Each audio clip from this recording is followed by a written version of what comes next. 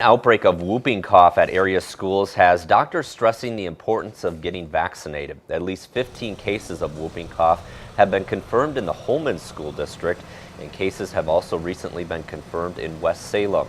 According to the La Crosse County Health Department, a total of 31 cases have been confirmed across the county so far. Doctors say whooping cough can be very hard to diagnose because it looks much like the common cold until that distinctive cough develops, which is why doctors say it's important to get immunized ahead of time.